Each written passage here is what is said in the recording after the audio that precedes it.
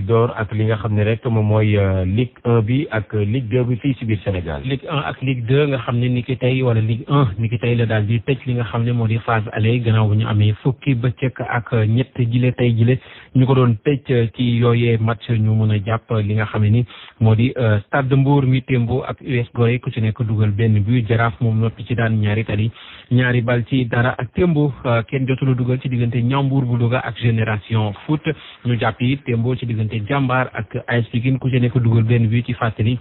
fukk ak ñetteelu bëccëg boobule ni ki démb la daloon di tàmbali Casa Sport fekki woon Dakar Sacré-Cœur daan ko ñaari bal ci benn. Tëngéej FC moom ba tey di wëyal ay victoire gannaaw ba mu daanee bi la yoon ki nga xam ne moo di Sélection Excellence benn bal ci dara. AS Douane moom it noppi woon ci daan Mbour Petite Côte ñaari bal ci benn ci noonu ñu wàññi kon ci li nga xam ne moo di 169 buts yoo xam ne amal nañu ko ci championnat local bi ci wàllum Ligue 1 gannaaw ba ñu dawalee fukki bëccëg ak ñett ci wàllum Ligue 2 yëpp. tey jii ñu ngi doon wéyal li nga xam ne moo di fukk ak ñetteelu bëccëg bi te kii di US Ouakam amal ab opération bu am solo gannaaw ba mu fekkiwee Dakar Université Club daan ko ñaari bal ci dara te entraîneur bi di Aba Gueye di entraîneur waa DUC moom jàpp na ni gardien de but bi nga xam ne moo daal di gaañu ñu remplacé ko loolu lépp moo daal di indi bu baax a baax li nga xam ne moo di défaite bi mu am niki tey jii Aba Gueye ñu teewlu ko ci micro Babacar Seck. deuxième mi-temps bi laa ko ñàkk parce que dama perte ci mi-temps bi à la mi-temps sama gardien de but le gardien bi ñëwaat il a perdu je sais pas repère la xaw ma daf moo daal mu ngoog quoi il a pris 2 buts yoo xam ne mu ngoog rek yàlla rek xam quoi loolu nag ci football la bokk quand même ci football la bokk loolu la bon ni mu ñëwee ñaari bêtises la def ñu dugal ko jeex na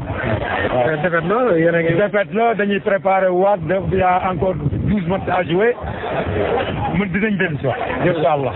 di woon Aba Gueye kon di entraîneur ñooñu leen di DUC daanu ci seen diggante ak ñi nga xam ne ni ñoo di US Ouakam ci noonu ñoom US Ouakam wala boog bu ñu sukkandikoo ci kàddu seen entraîneur di Souleymane Diallo jàppale ni pressing bu am solo bi ñu amaloon ci biir match bi moo waral ñu am bile résultat te it moom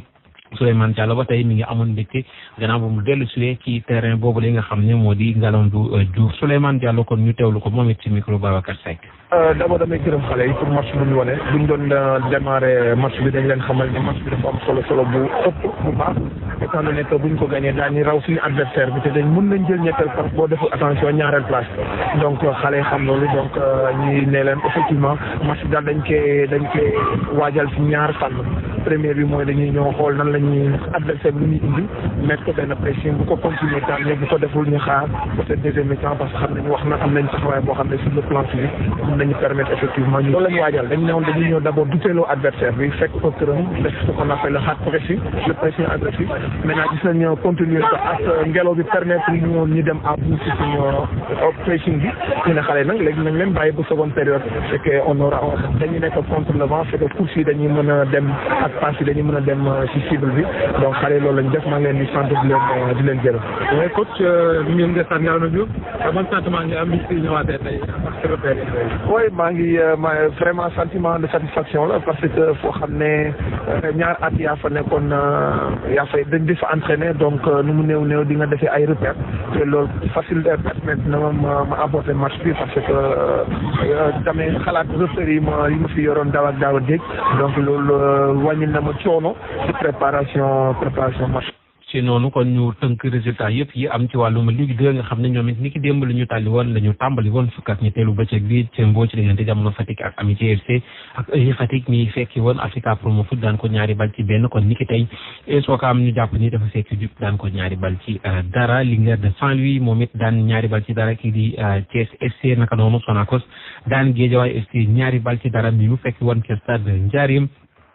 Demba Diop FC moom it ma ngay noppi ci daan ki nga xam ne moo di Port ñaari bal ci dara ñu wax ba tey ci football waaye ak ndaw loolu nga xam ne ma nga fële ca Grèce nekk ci club boobu ñuy woowee Olympiakos te moom mi lay jamono ji wala boog mu xaw a gën a fës loolu ci compétition boobu ñuy woowee Europa League gannaaw ba ñu daanee ñi nga xam ne ñoo di Arsenal kon kii di Ousseynou Ba ci fàttali moom mu jóge Ajaccio dem foofu la ca Olympiakos tey yëkkati ay kaddu ci micro i rajo jëme ko ci li nga xam ne mooy avenir biiram ci équipe nationale bu Sénégal waaye it wax na ana nan la tercé foofu li nga xam ne moo di Olympiakos rax di ci dolli am na ndoom di nga xam ne mooy foo kookule di Pape Abdou Cissé ana nan la ñu nekkee foofu la ca Olympiakos kon Ousseynou Ba mën nañu ko teewlu ci téléphone iRadio. tout jeune joueur de jouer pour. loolu yëpp buñ sañoon sol seen mooy équipe nationale waaye fi mu ne nii muy wax ak yow am na ñu bëri nekk si ginnaaw am na ñoo xamante ne ñu ngi defal liggéey bu am solo ñun ay ndaw lañu ñu dañuy liggéey rek di xaar bu ñu amee occasion bi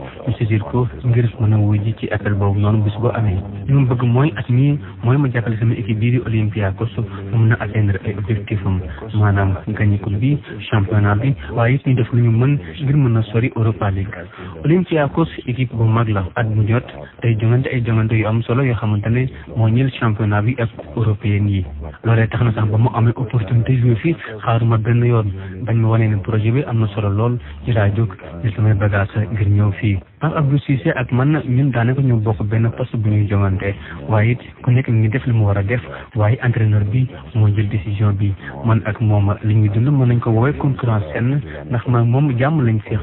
sama mag laa ko sax jàppee daf may jàppale ci lu bëri loo xamante ne moo sama adaptation fii ci Grèce Grèce. di woon Ousseynou Ba nekk foofee ca Olympiakos ca Grèce du ñàkk ni daañu ci am lu gën a leer ndax xam dina bokk ci listu Aliou Cissé boobu ngir double confrontation Sénégal Guinée Bissau kon ci kanam ak li nga xam ne moo di listu Aliou Cissé boobu file ci ay fan jeexal xibaaru tàggat yaram yi ak lii nga xam ne ni moo di basket ñu tàmbalee ko ci góor ñi nga xam ne tey jii AS Douane ci match bi doon dox ci digganteem ak US Ouakam dafa daal di koy daan 64-56 waaye match bi yombewul woon noonu ndax ci jeexitalu ñaareelu quart-temps bi ñi nga xam ne ñoo di Ouakam ñoo mën a woon 27-19 waaye bañ jógee ci vestiaire yi AS Douane beneen ab xar kanam la daal di indi ba daal di daan noonu ki nga xam ne moo di US Ouakam ci noonu seen entraîneur Pabi Gueye mën nañu ko teewlu ci micro Fodé Gassama. jàngat bi ma si am moom mooy dañu def benn premier quart-temps boo xam ne dafa bon trop ñeenti 3 points lañu dugal ci ñaar fukk ak benn te xam nga ne adresse moom dafa nekk benn wala maladresse benn feebar boo xam ne dafay wàlle il suffit que 1 2 3 joueurs rafet tir si yenn situation yi peuvent après équipe bi yëpp da koy coûter wante en deuxième mi-temps bi daay dugg ak défense bu baax a baax revenir en confiance avec un défenseur qui a jël ay tir yu baax a baax daal di ñu mettre en confiance.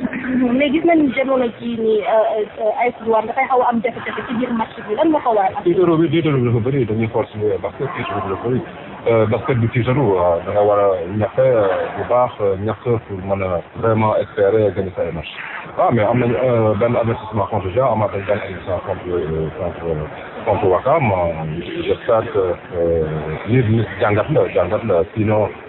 Tout simplement des sanctions les joueurs vont rester sur le banc tout simplement. di woon Pape Gueye kon ci nam loolu ñu am ci kaw US Ouakam 64-56 jeexal ko kon ak yeneen i résultat ba tey ci góor ñi daañu jàpp ni Louga Basket Club noppi na ci daan ak 85-64 GIA moom 64-52 lay daan kii di Sibac ak it Mermoz mi daan ISEC 64-54 ci jigéen ñi ñu jàpp ni Jaraaf moom jiitu doo ko fekk si foofee ca stade Marius Ndiaye daan ko 71-52 kon nag mi ngi Maram Ndiaye ci noonu la ñuy tëjëlee xibaaru tàggat yaram ci. cant ak ngërëm ñeel na la Pape Malick Diaw noonee it la ñuy jaaree yëkkati jotaay xibaar yi waaye laata ñuy tàggatoo ma fàttali leen yenn si ponk yi nga xam ne rek ñoom ñoo si gënoon fës. coronavirus doon jàngoro bu